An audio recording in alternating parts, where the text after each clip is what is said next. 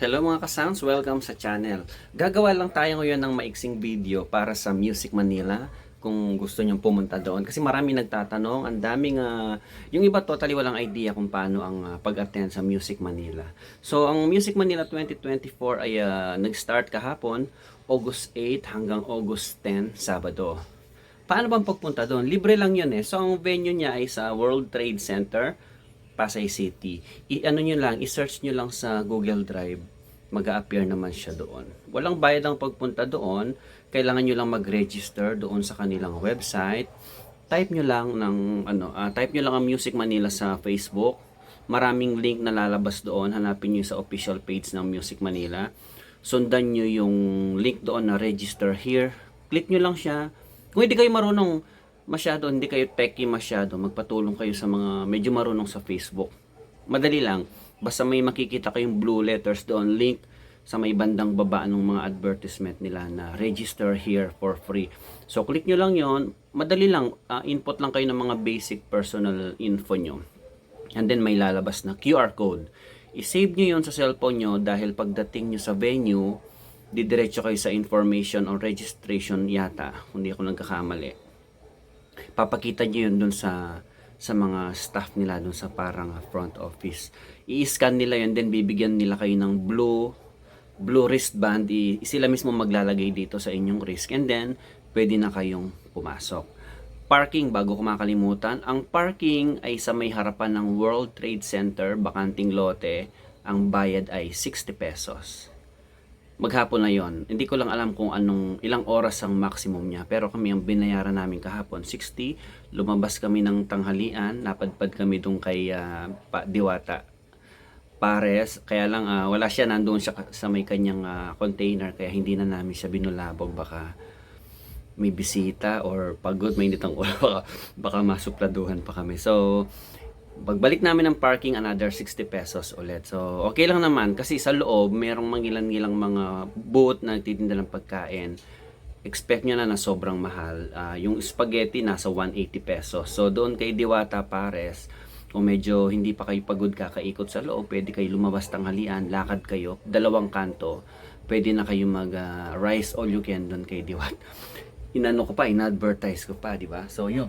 Galing na ako doon na first day. So, kung pupunta kayo doon at wala naman kayong planong bilhin, magtitingin lang kayo, wala kayong specific na target na bibilhin, pumunta kayo ng first day dahil mostly kompleto yan. Marami pang display. Pero kung may target kayong bilhin before the event itself, mag-ano na kayo, kausapin nyo na yung mga booth, mga exhibitor. Halimbawa, itong sa akin, nakuha ko to kahapon, day 1. Plano ko na mag-purchase ng BIM 290 ni Tuna or Lumos, mas kilala sa Lumos. Isa lang yan eh. So, ano ito? 290. T290 ang code niya. Napakarami talaga namili kahapon. Kaya pinilit kong magpunta ng day 1 kasi kung day 3 pa ako pupunta, Sabado, possible na maubusan. Okay? So, kaya pumunta ako ng day 1. Itong isa kong nabili, sa mga nakakita ng post ko kahapon, spark machine siya. So, meron na tayong spark machine na makikita nyo sa mga susunod na event vlog natin. Exciting ang pagkakabili ko nito, talagang kahit paano sulit yung naging biyahe namin kahapon. So, yung vlog nung event kahapon mismo doon sa loob ng World Trade Center, ine-next ko na lang sa video na to. Gusto ko lang unahin ito dahil marami nagtatanong kung paano pumunta, may bayad ba, anong pwede bang pumunta doon kahit walang bibilhin. Kaya ako naisipang gawin itong quick video na ito para sa mga gustong pumunta muna doon nang wala pang idea. Okay, so ayun nga, first day nagpunta ako. First day pa lang, ang dami ng mga kumuha nito. Isa siya sa mga pinaka mainit na brand ngayon ng Moving Head kasi talaga namang napakaliit niya, magaan, napakalakas ng ilaw. So, nakapatong ito sa may cooler ng Coca-Cola. Kaya siyang buhatin mag-isa. Lalo na pag tinanggal yung mga clamp niya, tsaka yung clamp mismo may plate kasi yon. So that weighs around, tingin ko, kung matatanggal mo yon, magle-less ka pa ng around 6 or 7 kilo.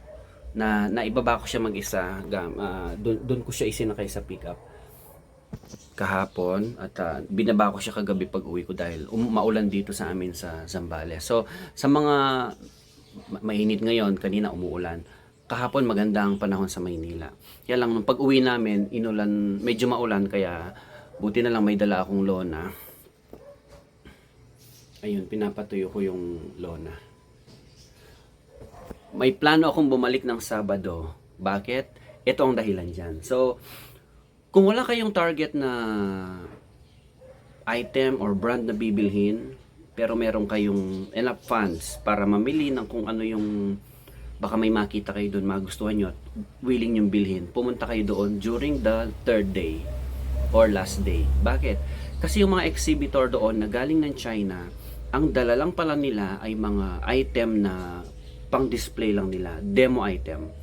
So kahapon may napili kaming isang mic na hindi pa kilala yung mga brand eh. Actually yung iba walang brand, as in blanco siya.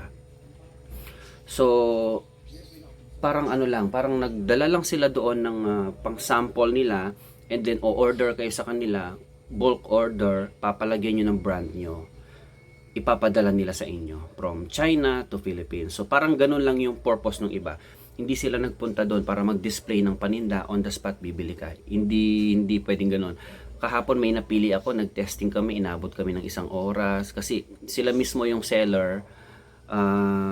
Matagal mag-testing. Ang dalang cable lang nila is yung PL to PL. Di ba pagka yung mga wireless na binibili natin, meron silang output sa likod na 2 XLR at 1 PL combined. So yun lang yung ginagamit nila pang testing. Kaya lang hindi natin mamamaximize yung tunog kasi at matitimpla ng gusto pag yung PL to PL na cable lang ang gagamitin natin. So mas maganda pala kung makakabalik ako bukas, magbaon ako ng sarili kong patch cable na maiksi at kung kaya nyo magdala ng maliit na speaker.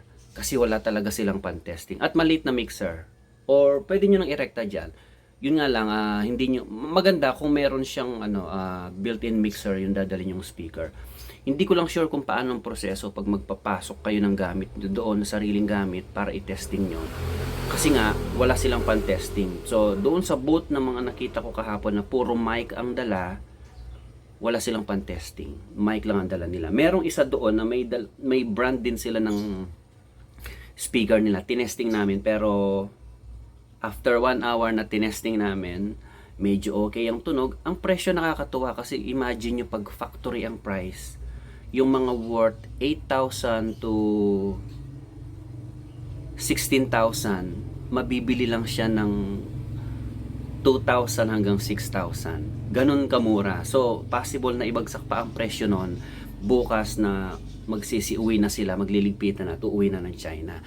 Kasi yung iba, ayaw na nilang bitbitin yung mga items nila pabalik ng China. So, bukas pwede na nilang ibenta yung mga mapipili nyo. Yung iba pwede magpa-reserve during day 1 pa lang. Hindi ko lang alam kung i-require nila ang down payment. Pero, base dun sa isang natanong ko na merong interpreter na Pinay, na kinakuusap ko, pwede daw ipa-reserve tapos balikan na lang ng Sabado. Yun nga lang, ang sabi ko kahapon, galing po ako sa malayong probinsya, 3.5 to 4 hours ang biyahe ko. So, hindi po ako sure kung makakabalik ako ng Sabado. Kaya, kahit anong pakiusap ko, halos lumuhod ako, ayaw talaga nilang ibigay. So, lipat ako sa kabilang booth, pili ako, may napili ako. Ang ganda nung isang napili ko, halos kamukha nung Prostax. At ang presyo lang niya is 2,400. Kaya sabi ko, gusto kong bumili. Pwede akong mag-take risk dahil hindi mo ma-testing na maayos, gawa nga nang wala nga silang pang testing. Pero ganun pa man, sa murang halaga, yung iba 1,400 to 2,400, willing akong mag-take risk. Mate-testing naman doon kung gumagana. Dahil pumapalo yung meter niya umaangat yung meter na gano'n, 'di ba, doon sa panel ng receiver. Pag nade-detect niya yung mic, pag nagsa-soundcheck ka. Hindi lang natin alam kung gaano yung quality ng boses niya. Anyway, sa ganung halaga, sabi ko nga, ang ganda nung quality nung physical looks niya, nung appearance niya, yung display nung receiver ang ganda. Ang hindi lang natin ma-sure 100% ay yung sound quality. So, gaya nga ng sabi ko, willing akong mag-take risk dahil mura lang. Kung hindi siya okay pang event, pwede kong gamitin pang bahay, pang video sa bahay, di ba? At least yung presyo hindi ganun kabigat sa bulsa. Pero base doon sa makikita mo kasi, nasa sayo naman yan pipili ka naman yung huli ko napili doon sa pangatlong booth, talagang ayaw ding pumayag na bilhin ko na, ang gusto sa third day na bilhin. Yung Icon Audio, kung nakita nyo yung post ko na sabi ko kung may pupuntang tropa sa Sabado sa Music Manila, ipapakisuyo kung ipabili ito. Hindi ko siya na-testing, pero base doon sa physical looks pa lang niya, masasabi mo na maganda ang tunog niya. Ang ganda ng quality. Plastic hard plastic yung hawakan niya, pero may texture. May texture siya na magaspang. Hindi siya yung plain na plastic lang. Kaya, ang ganda niya. Tingnan yung FB ko. Kung hindi nyo nakita yung FB ko, meron akong post doon. Makikita nyo yung mic mismo. Hindi ko ma-search yung website nila. Hindi ko sure kung paano sila ko kontakin. Pero, gustong gusto ko siyang makuha. 3,000 yung huling mic na napili ko. Sabi nga, kung makakabalik ako doon, siguro kahit mga 3 mic, may napili ako o gusto kong mabili. At least, mura lang. Gusto kong itry kahit paano. Kasi may iba naman, nakapag-try na ako dun sa mga generic brand locally na kilala. May brand, usually ang presyo nasa 3,000. Okay yung voice quality. Wag lang sa sobrang sela na event, pero sa mga basic. Minsan kasi kahit anong ganda ng mic, pagka yung host hindi naman maganda ang boses, hindi mo rin ma-maximize yung mic mo kahit ganun siya kamahal. Okay? So, ang point ko dun kumbaga case to case basis lang yan Okay? So, ayun nga, gaya nga ng sabi ko, kung meron kayong planong bilhin, kontakin nyo na beforehand, before the event mismo, yung exhibitor, magpa-reserve kayo kung sa last day kayo pupunta. So, kung sa first day kayo pupunta at local seller yung nandoon sa exhibitor, okay lang. Pwede nilang kayong bentahan dahil may dala silang mga stock. Pero yung mga Chinese exhibitor na galing ng China, tagi-isang unit model lang ang dala nila na pang display, na pang sample, na pang demo ang dala nila.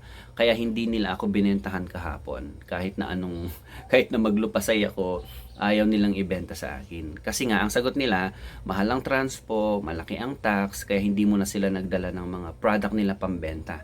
Pang-exhibit lang talaga sila.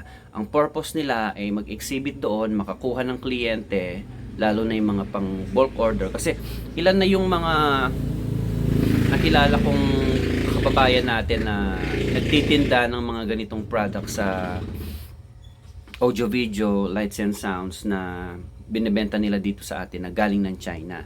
Pinamanufacture nila doon, nagpatatak ng sariling brand nila, ipinadala dito yung item, binebenta nila locally.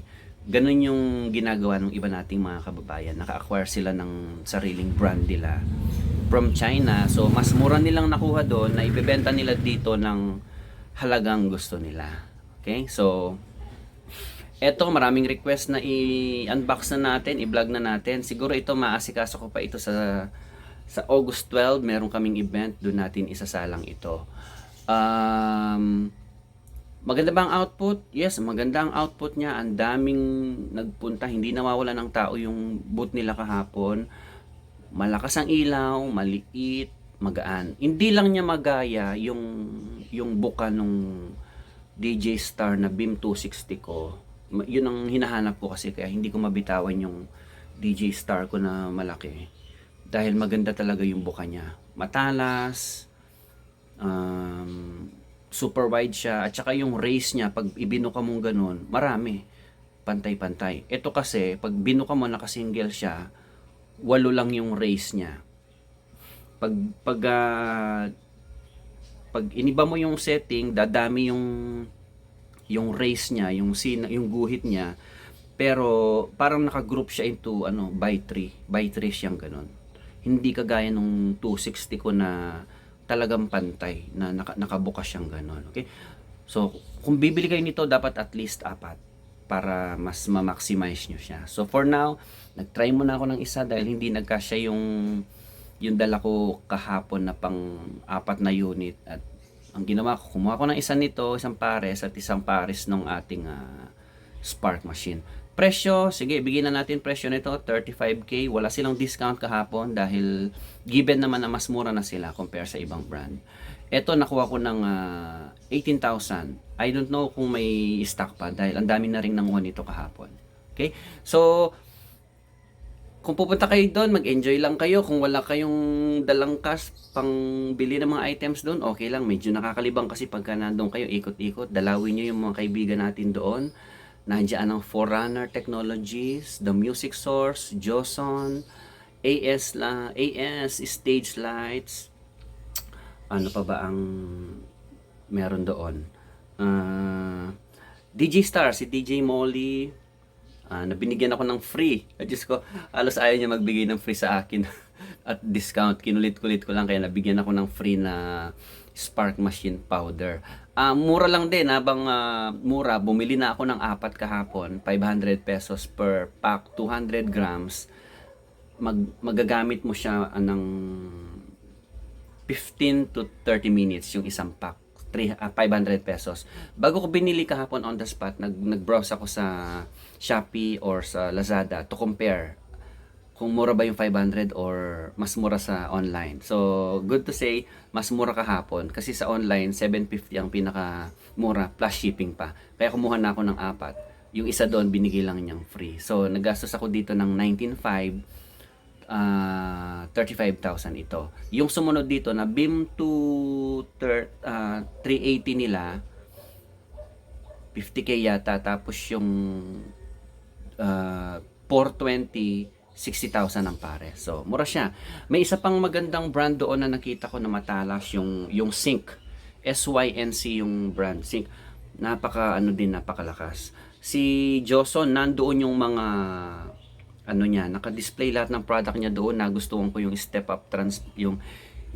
up transformer niya, kailangan ko noon. So, sa mga susunod, pag-iipunan natin yon. Also, yung mga mixer niya para doon sa mga basic setup at wala pang plano mag-digital, i-try nyo tignan yung mga mixer ni Joson, magaganda. LED wall, may LED wall si AS Stage Lights, pwede nyong kontakin din sila. Magbibigay ng discount yun si Boss Angelo for sure. Okay? So yun lamang, hopefully makapunta kayong lahat sa Music Manila.